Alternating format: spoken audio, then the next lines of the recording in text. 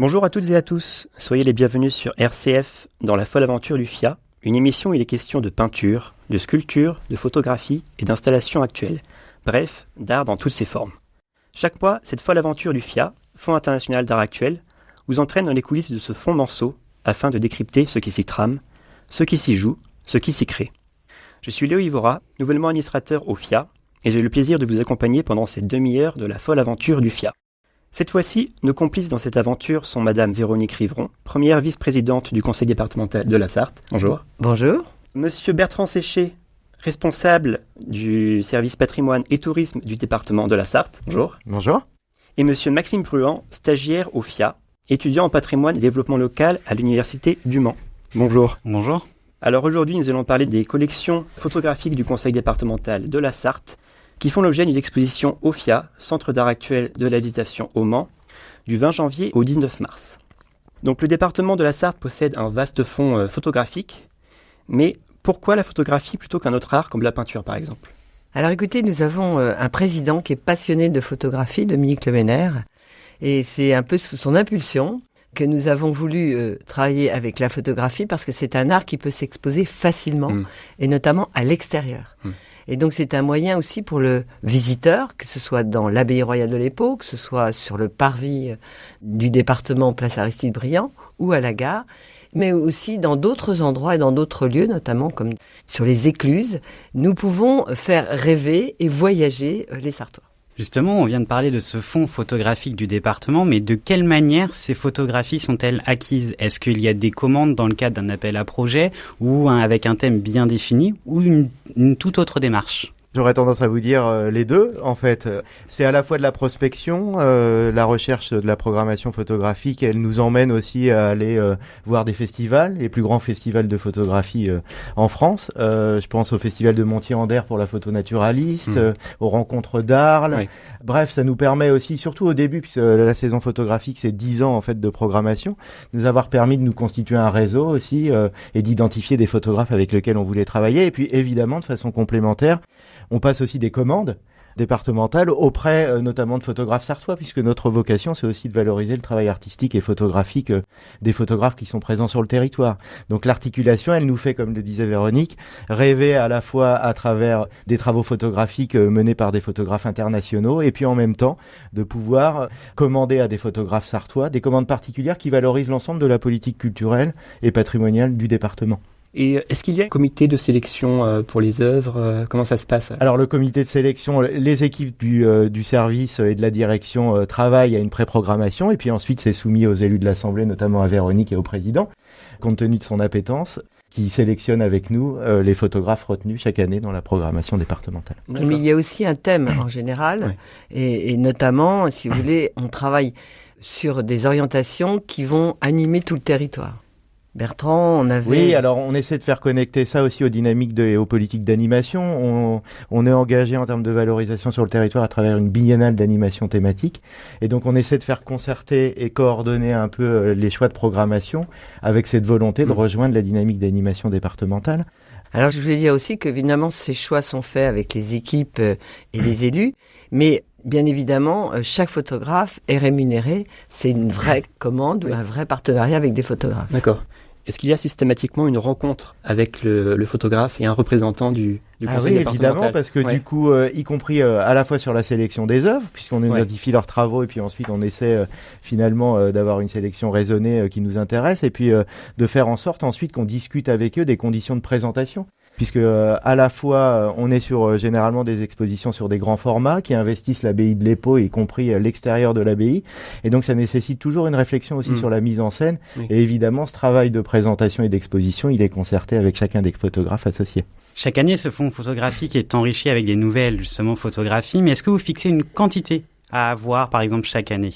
Alors, la programmation, généralement, c'est 8 expositions à l'abbaye de l'Épau qui démarrent à peu près au moment du festival de musique classique de l'Épau jusqu'au mois de novembre pour à la fois permettre aux visiteurs de l'Épau de bénéficier d'expositions qui permettent aussi de recréer l'unité historique du lieu. C'est-à-dire que la volonté qu'on a eue à travers la programmation photo aussi, c'est d'investir l'abbaye de l'Épau comme support d'exposition et d'emmener le visiteur finalement à découvrir des angles de vue différents à un moment où on a requalifié tout le parcours de visite de l'Épau on prend un peu de distance par rapport au lieu, et puis on emmène finalement le visiteur dans des espaces qui étaient jusqu'à présent peu visités. Donc l'intérêt aussi pour nous, voilà, c'est de proposer au public d'abord un parcours de visite enrichi, diversifié, qui permet à la fois de découvrir le lieu et puis l'exposition de façon générale. Ça permet de valoriser un lieu patrimonial, de le voir sous un angle nouveau. Exactement.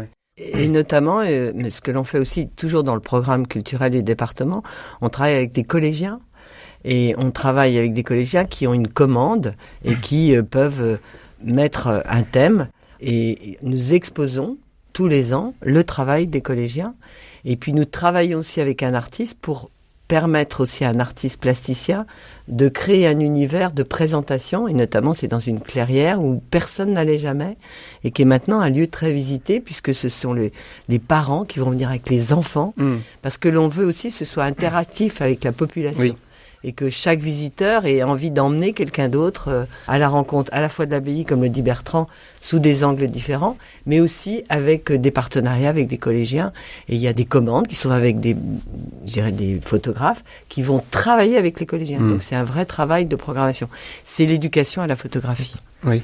D'ailleurs, il y a aussi des concours photo Instagram qui sont organisés ah oui, alors sur ça, le territoire. C'est aussi pour associer des communautés d'acteurs qui, en termes de communication, servent aussi finalement à valoriser. Alors les Instagrammeurs, c'est effectivement aussi un prix sur lequel on travaille avec une communauté plus d'une centaine d'Instagrammeurs dans le département qui travaillent aussi sur des formats carrés. Ça permet aussi de varier les formats. Et puis les Instagrammeurs, on les fait travailler plutôt sur une approche touristique du département en leur donnant aussi la possibilité finalement d'orienter des choix qui permettent de valoriser le tourisme en Sarthe. Alors pour compléter, vous dire que c'est à peu près 15 expositions par an entre l'EPO, une programmation spécifique sur les grilles de l'hôtel du département, des grilles Victor Hugo aujourd'hui, puisque avec la requalification du parc, on dispose d'un espace d'exposition supplémentaire. Et puis les grilles des archives départementales aussi aujourd'hui qui sont intégrées à la programmation. C'est important pour nous aussi d'essaimer dans la ville et puis de rapprocher l'art de la population en faisant aussi des collections à ciel ouvert qui permettent finalement aux gens d'avoir des facilités d'accessibilité à la programmation culturelle. Donc la photographie devient en fait un art accessible et ouvert à tous. C'est une des volontés du département. Exactement, et puis c'est aussi mettre en plus des acteurs, enfin des grands photographes. Anne Sylvester qui est venue est une exposition qui a été magistrale, qui nous a fait découvrir le peuple de l'Homo. Je pense que moi je le connaissais pas et que ça m'a permis de découvrir toute une civilisation avec un peuple assez extraordinaire en grande difficulté. Et puis il y a aussi les locaux, c'est-à-dire que on a voulu, si vous voulez, les 24 heures du Mans, c'est le centenaire cette année, et on a voulu aussi que quand le visiteur arrive, au moment des 24 heures, il soit accueilli par des photos de voitures, et nous avons des photographes de renommée qui travaillent toute l'année et qu'on a pu mettre en avant, plusieurs photographes, je dirais Hervé Petitbon, Denis Lambert, Dominique Brognaud, voilà. Et ça, ce sont notre patrimoine sartois. L'articulation dans la programmation, c'est effectivement aussi de coller à l'événementiel culturel sartois et sportif, en permettant de porter aussi un regard photographique, patrimonial parfois, sur les événements qui sont présentés dans la Sarthe. Alors effectivement, on investit aussi chaque année la gare du Mans, parce que c'est une porte d'entrée essentielle pour les visiteurs, et donc du coup, ça permet aussi d'accueillir les visiteurs directement avec une imprégnation de la course des 24 heures à travers ce regard photographique. Sur les élèves, oui, vous dire aussi que effectivement, ça fait partie du registre des commandes qu'on a, de résidences qu'on crée avec les établissements scolaires sur des appels à projets qu'on mène chaque année. Généralement, c'est 6 établissements qui répondent chaque année, qui permettent de travailler à la fois l'histoire de la photographie, les techniques, parce qu'il faut pas oublier aussi que derrière les expositions photographiques, c'est aussi le sens qu'on veut donner aussi à la production photo, en se disant aujourd'hui avec les téléphones portables, tout le monde prend des photos, mais quel sens on veut donner finalement et quel message. Donc l'important pour nous, c'était aussi d'associer les élèves des collèges, pour lesquels le département a une responsabilité, pour leur permettre aussi de travailler avec des photographes professionnels à leur propre regard. Alors c'est des séries généralement de portraits ou d'imprégnation en fait des élèves dans leur propre établissement. On voit bien aussi le niveau d'appropriation qu'ont les élèves dans leurs établissements, et c'est important par la photographie de le rendre, puis se mettre en scène de façon ludique. Et l'intérêt aussi, c'est de valoriser cette approche-là et cette production-là dans la saison photographique où on accueille des professionnels. Ça leur permet aussi finalement finalement de valoriser les travaux qui sont faits dans les établissements et puis de les accompagner aussi par des artistes plasticiens, parce que c'est aussi important de combiner finalement un travail photographique avec l'approche de conception et de production d'une exposition. Donc finalement, à travers tout ça, ils ont la possibilité finalement de s'imprégner et de s'impliquer dans des vrais projets photographiques. Nous allons maintenant vous proposer une première pause musicale avec un morceau qui s'intitule Bird's Lament de l'artiste new-yorkais Moondog.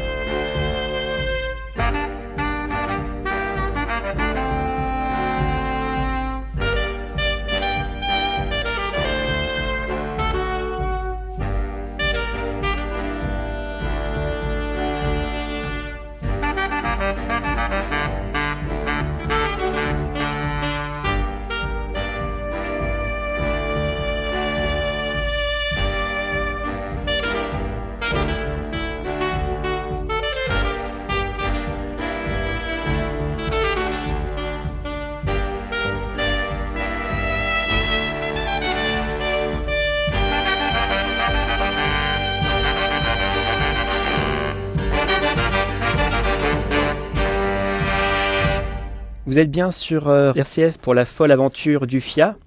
Donc aujourd'hui, nous parlons donc des collections photographiques du Conseil départemental de la Sarthe qui font l'objet d'une exposition au FIA, Centre d'art actuel au Mans, du 20 janvier au 19 mars. Une question, de combien d'œuvres disposez-vous dans ces collections ? Depuis plus de 10 ans, on a à la fois acheté des œuvres et on a aussi des photographes qui nous ont donné. Et donc ça représente à peu près 400 tableaux. Et en fait, c'est des œuvres qui sont mises à disposition et qui sont itinérantes et qui peuvent aller dans les mairies, dans des lieux, dans des collèges, pour permettre justement que ces photos continuent à vivre et à transmettre leur message. Et parmi ces 400 œuvres, combien seront exposées au FIA ?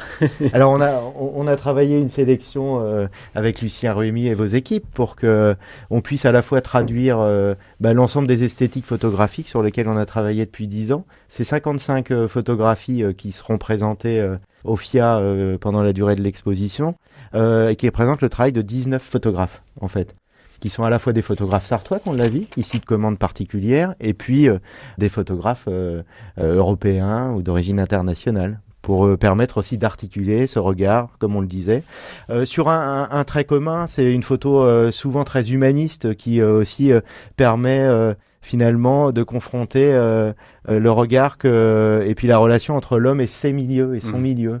Il y a généralement des messages très forts sur la façon dont finalement l'évolution du monde et de son environnement aujourd'hui sont placés et la façon dont justement les photographes s'en saisissent de façon légère. Généralement le message est fort, mais la photographie permet aussi d'atténuer finalement en partie les choses pour aussi revenir sur des itinéraires ou des situations particulières comme celle qu'évoquait Véronique avec Hans Sylvester sur ce peuple de l'Homo qui aussi est confronté aux évolutions en Éthiopie des aménagements qui font que finalement ça déstabilise un peu cette population et l'idée c'est aussi de porter un regard bienveillant sur ces situations. Justement, nous l'avons évoqué un petit peu en première partie, mais pour les auditeurs qui viennent de nous rejoindre, cette exposition au FIA sera amenée à avoir beaucoup de photos de paysages, de nature et des peuples lointains, comme vous venez de l'évoquer, notamment les photos de Thomas Munita avec ses clichés sur la Patagonie, ou encore Vincent Munier et ses photos animalières. Donc, est-ce qu'il est possible d'un petit peu de rappeler justement ces thèmes que vous privilégiez dans vos achats et dans vos demandes ? Selon les thèmes, je sais pas si vous remarquez, il y a beaucoup sur la nature. Oui. C'est-à-dire que c'est l'approche aujourd'hui de cette nature. Alors soit elle est magnifiée avec Vincent Munier, qui a fait des photos extraordinaires dans des milieux totalement blancs où on voit apparaître les animaux, et on s'aperçoit qu'il y a une très belle vie dans ces milieux hostiles que sont les lieux très très froids. Et puis il y a aussi la Patagonia où on voit la rudesse de ces gauchos qui vivent dans des conditions et qui quelque part gardent la nature sauvage et la préservent. C'est vrai qu'on a aussi eu des expositions qui nous permettent de mettre en avant justement cette nature et comment la protéger. Je crois que c'est un thème aujourd'hui qui parle à tout le monde. Et ces témoignages de ces photographes nous rappellent aussi que la nature peut survivre si l'homme en prend soin. Alors pour ce qui est de la question juridique pour une exposition comme celle qui aura lieu au FIA, est-ce que vous pouvez nous expliquer un petit peu comment ça se passe Est-ce qu'il y a des droits de monstration Évidemment, c'est assuré à chaque fois qu'on présente des expositions que soit les photographes nous livrent libre de droit les expositions, et c'est le cas pour cette exposition. Il faut aussi saluer et les remercier, puisque du coup on n'a pas de droit à payer sur ces expositions-là. On a fait en sorte, avec eux, en discutant et aussi finalement en leur expliquant notre démarche, que en fait donc ces expositions elles sont libres de droit, mais par contre elles sont toutes encadrées par des conventions spécifiques avec chacun des photographes, parce qu'on peut pas présenter des expositions sans qu'ils en soient informés, évidemment. Et ça vaut aussi pour la communication autour des expositions. Ça veut dire que le droit à l'image est important, et donc du coup on s'assure à chaque fois dans la communication de l'exposition que les photographies qui sont versées et diffusées soient aussi libres de droit. Et puis il y a une convention générale avec le FIA qui est encadrée et qui permet aussi finalement de répartir le qui fait quoi entre le département prêteur et puis le FIA exposant dans le cadre de ces productions d'exposition. Et puis redire que en amont, évidemment, toutes ces expositions, elles ont donné lieu à des productions et de la rémunération d'artistes sur les droits d'auteur. On est vraiment, et on s'attache à être exemplaire dans la démarche et de soutenir une filière aussi, parce que c'est essentiel pour la profession de photographe, vous savez, au quotidien, elle n'est pas toujours très simple. Il faut aussi faire en sorte, notamment pour les photographes locaux, de les accompagner et de faire en sorte aussi qu'on puisse être un appui pour eux dans la façon dont on valorise leurs travaux. Est-ce que ce vaste fonds photographique peut faire l'objet d'échanges et de prêts avec d'autres associations ou d'autres structures au sein du département, voire dans d'autres départements ou régions ? Pour l'instant, en fait, on a déjà eu des prêts, mais plutôt avec des collectivités, avec des collèges, mais si vous voulez, c'est quand même quelque chose qu'on veut offrir à la population. Donc il ne s'agit pas d'en faire une démarche commerciale, hein. Il s'agit vraiment de mettre à disposition. Parce qu'il y a des messages forts. Il y a une exposition dont je me souviens, c'est Mama Benz. C'est toute une histoire autour des Africaines qui ont sauvé. On a montré la force des femmes pour justement permettre. Et c'est des histoires qui emmènent le visiteur ailleurs que juste une photo. Ça nous emmène en Afrique, ça nous emmène le fait que les femmes ont la possibilité de devenir des actrices sur l'économie, et que même, je dirais, les puissants faisaient appel à elles, puisqu'elles avaient des Mercedes-Benz pour pouvoir recevoir des gens importants. Donc vous voyez, il y a un message de la photo qui est une réalité artistique, et puis derrière, c'est pour ça que les artistes, nous les rencontrons, et ils sont accueillis lors de l'exposition et de l'ouverture au début mai à peu près, et nous accueillons et nous avons une rencontre avec tous ces photographes qui nous transmettent leur message finalement. Il y a aussi des collaborations partenariales avec d'autres festivals, on en parlait tout à l'heure, de plus en plus. Maintenant, ça fait 10 ans qu'on a investi un peu ce champ-là. Il y a des collaborations avec le festival de la Gacilly notamment, le festival de la mer du Guilvinec, Montier-Anders, c'est comme ça qu'on avait découvert les travaux de Vincent Munier. Donc il y a aussi la façon dont on essaie de raisonner, y compris en termes environnementaux, parce que du coup il faut produire. Des fois on essaie aussi d'avoir des collaborations, on récupère des photographies existantes et on essaie de les présenter dans un autre environnement. Mais voilà, ça donne lieu aussi à des partenariats de ce type avec des festivals, parce que finalement ce qui est vu à un endroit, on s'autorise le fait qu'il soit vu aussi pour les Sartois, pour les populations qui fréquentent la Sarthe. Ou avec d'autres conseils départementaux aussi, peut-être. Alors il n'y a pas encore de collaboration de ce type, ça pourrait venir, puisque notre vocation c'est aussi de faire tourner les expositions qu'on produit, donc on s'interdit rien. Je pense à une série qui va être présentée comme Animetro, qui est une série drôle aussi, Thomas Subtil et Caris Robotier, où aussi, finalement, on s'empare des technologies et des techniques d'aujourd'hui pour aussi avoir un regard marrant.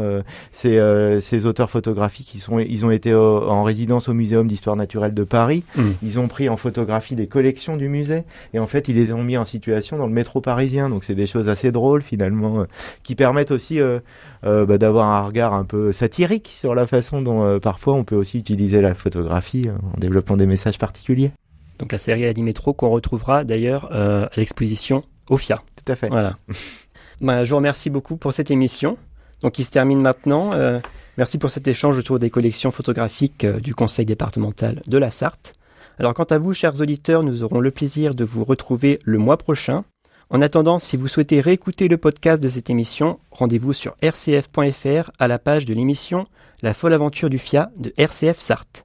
Nous vous proposons maintenant une deuxième pause musicale avec un morceau de Jacob Joseph, Dixit Dominus.